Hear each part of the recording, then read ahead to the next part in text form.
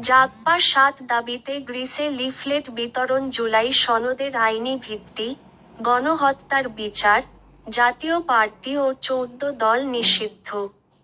PR পদ্ধতিতে নির্বাচনসহ ৭ দাবিতে জাতীয় গণতান্ত্রিক পার্টি জাগপা গ্রিস শাখার পক্ষ থেকে গ্রিসের রাজধানী অ্যাথেন্সের ১৮ই সেপ্টেম্বর ২০২৫ গ্রিসে বসবাসরত বাংলাদেশিদের মধ্যে লিফলেট বিতরণ করেন জাগপা কেন্দ্রীয় নির্বাহী কমিটি সহ আন্তর্জাতিক বিষয় সম্পাদক জাগপা গ্রিস শাখার সভাপতি শেখ গোলাপ মিয়া। উপস্থিত ছিলেন জাগপা সহ সভাপতি মোহাম্মদ সিজিল মিয়া, জাগপা সাধারণ সম্পাদক মোহাম্মদ জাহির উদ্দিন, সাংগঠনিক সম্পাদক মোহাম্মদ আলমগীর মিয়া, প্রচার সম্পাদক আল সোহাগ মোহাম্মদ খায়রুল ইসলাম প্রমুখ।